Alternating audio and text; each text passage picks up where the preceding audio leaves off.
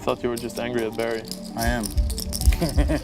That is one of the great bluffs in the history of high-stakes poker. A poker legend walks into a London casino with $1 million cash and walks out with 12 million.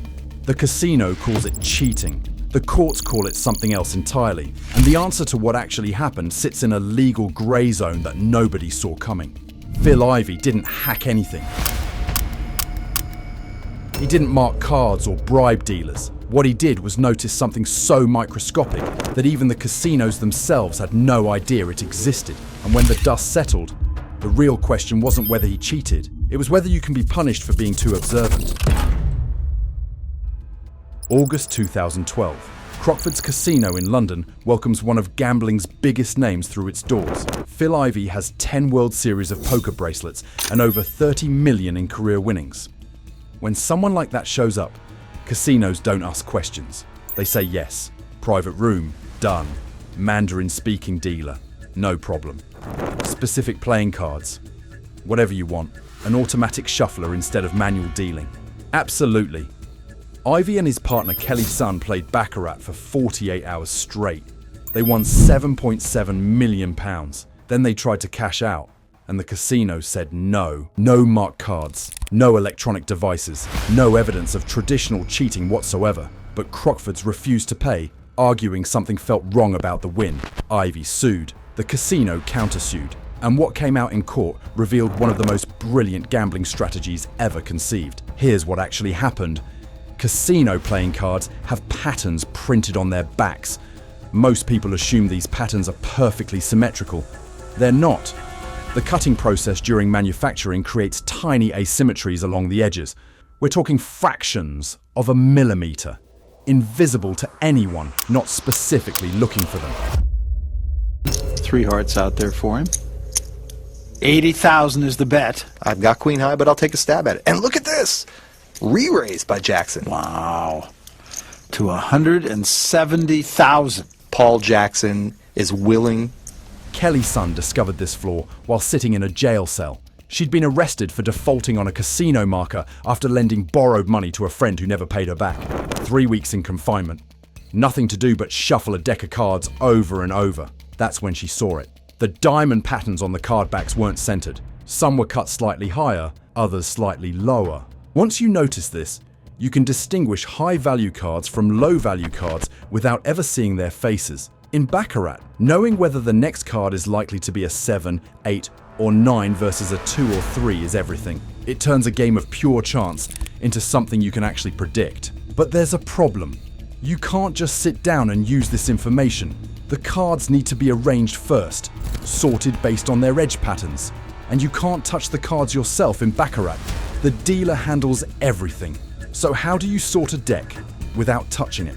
You make the casino do it for you. High rollers from Asia are famous for superstitions, blowing on dice, refusing certain seat numbers, demanding cards be flipped in specific ways for good luck. Casinos accommodate this constantly because superstitious gamblers are usually losing gamblers. They'll agree to almost anything if it keeps the whale at the table. Ivey and Sun walked in acting like typical superstitious high rollers. They requested a Mandarin-speaking dealer so Sun could give instructions without raising suspicion. Then came the critical move. Whenever a high-value card appeared, a 6 through 9, Sun asked the dealer to rotate it 180 degrees before returning it to the shoe. This was framed as a luck ritual, nothing more. The dealer complied every single time. Why wouldn't they? It's just a harmless superstition. Except it wasn't. Every rotation sorted the deck based on the edge patterns Sun had identified. High-value cards now faced one direction. Low-value cards faced another. Once sorted, the deck stayed sorted because of one more request Ivey had made. The automatic shuffler. Manual shuffling by a dealer might accidentally rotate cards, destroying the sort.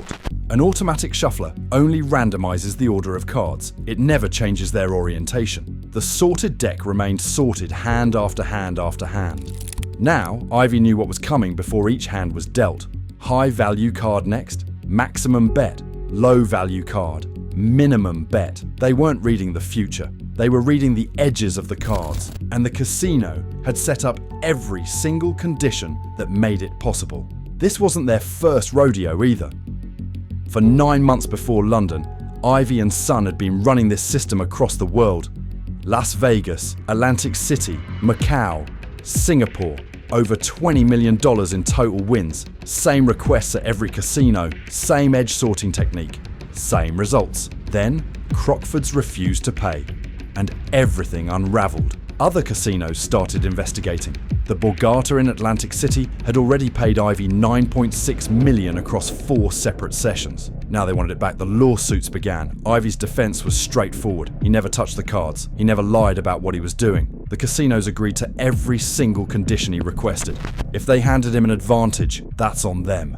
He simply played within the rules they established. The casinos argued something different. Yes, they agreed to his requests, but they didn't understand what those requests would accomplish. Ivey had effectively tricked them into destroying their own house edge. That, they claimed, crossed a line from advantage play into fraud. Courts in both the UK and US had to answer a question with no clear precedent. If someone notices a flaw in your system and uses it to win, are they cheating? What if they had to manipulate you into creating the conditions for that flaw to be exploitable? Where exactly does clever strategy end and dishonesty begin? The judges made their decisions, but those decisions left behind questions that still don't have clean answers. In 2016, the UK High Court delivered its verdict.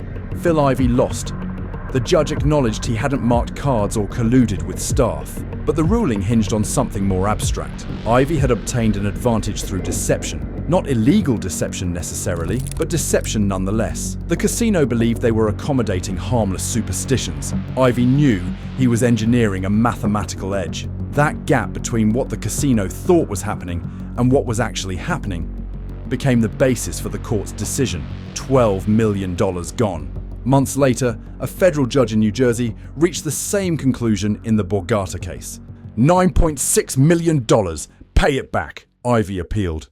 He fought, but the legal system had made up its mind. What he did might not have been criminal, but it wasn't honest either. Here's where it gets complicated though. Ivey genuinely believed he was playing within the rules. Advantage play has always existed in gambling. Card counting isn't illegal. Tracking shuffles isn't illegal. Finding patterns isn't illegal. Casinos know this. They accept it as part of the game. Their countermeasure isn't lawsuits, it's banning players. If you're too good, they kick you out. That's the agreement. But they don't sue you for winning. Except now they were doing exactly that. The Borgata wasn't just demanding repayment. They were seizing assets, filing motions to freeze his poker tournament winnings, garnishing payments before they even reached him. Ivey had become radioactive. By 2019, he'd stopped playing in the United States entirely. He relocated to Asia, where the legal reach of American casinos couldn't touch him. He played private games, high stakes, cash only, no paper trail. For 6 years, the battle dragged on. Then in July 2020, something shifted. Ivey and Borgata reached a settlement. The terms were never disclosed. Nobody knows what he paid, if anything. Nobody knows what concessions were made. The silence itself became part of the story. What's clear is that Ivey wanted it over. Fighting drained more than money. It drained energy, focus, reputation. Meanwhile, Kelly's son was living a completely different reality. She'd been named in the lawsuits too. But unlike Ivey, she wasn't a public figure. She didn't have millions in tournament winnings to seize. And strangely, casinos kept letting her play. She adapted her approach, found new venues, trained others in edge sorting techniques. Her infamy grew, but so did her mystique. Hollywood noticed. Her life rights were purchased. A film project called The Baccarat Queen went into development. Son had gone from jail cell to casino legend to movie protagonist. The woman who discovered the flaw would now be immortalized for it. But back to Ivey. His legacy took a hit. The Aria Casino in Las Vegas, which had proudly named their poker room after him, quietly changed it to Table 1. No announcement, no press release, just an erasing of his name from the wall. Other casinos followed suit. If they hadn't already banned him, they did now. The industry wanted to make something clear. This wouldn't be tolerated again. Yet the poker world didn't abandon him. Players understood what he'd done differently than casinos did. To them, Ivey had simply outthought the house. He'd found a crack in a supposedly unbeatable system and exploited it without breaking a single rule as it was written. Was it ethical? That's debatable. Was it brilliant? Absolutely. After settling with Borgata, Ivey slowly re-emerged. He started entering major tournaments again. And here's the thing, he kept winning. Not through edge sorting, just through being better than everyone else at the table. The bans, the lawsuits, the public scrutiny, none of it had dulled his skills. If anything, it proved what many had suspected all along. Ivey didn't need tricks to win. He was simply one of the greatest poker minds alive. But the casinos had learned their lesson. Edge sorting became a known threat. New protocols were implemented worldwide. Dealers were trained to recognize sorting requests disguised as superstitions. Automatic shufflers were programmed to occasionally rotate cards. Card manufacturers redesigned their printing processes to eliminate asymmetrical patterns. The flaw Sun discovered in that jail cell was systematically erased from the industry. Borgata, the casino that had fought hardest to get its money back, thrived. Today it accounts for nearly half of Atlantic City's total gambling revenue. The legal battle cost them time and resources, but they'd made their point. Don't mess with the house. Crockford's where the GDs, where the threes days, where the largest single score happened, never recovered. The London casino that had refused to pay Ivey closed permanently in 2023. 200 years of history ended. Whether the Ivey situation contributed to its decline is unclear, but the timing raises questions. So who actually won? Ivey and Son beat the casinos for over $20 million across 9 months. They executed a strategy so sophisticated that it required casinos to change their entire operational security. But Ivey lost most of his winnings in court and spent years fighting legal battles.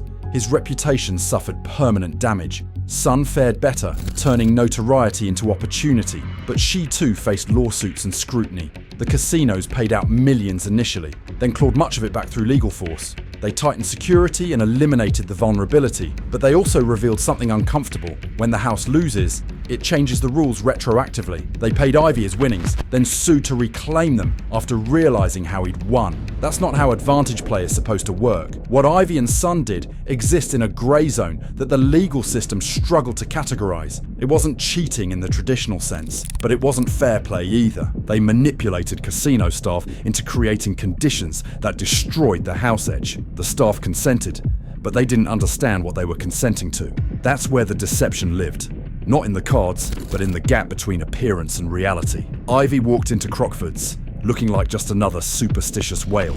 He walked out having systematically dismantled their game, and for one brief window, he got away with it. The courts ruled it wasn't criminal, but it wasn't honest. Ivey may have lost the lawsuits and millions in legal fees, but he proved something casinos never wanted anyone to know. The house can be beaten. And when someone actually does it, they'll rewrite every rule in the book to make sure it never happens again.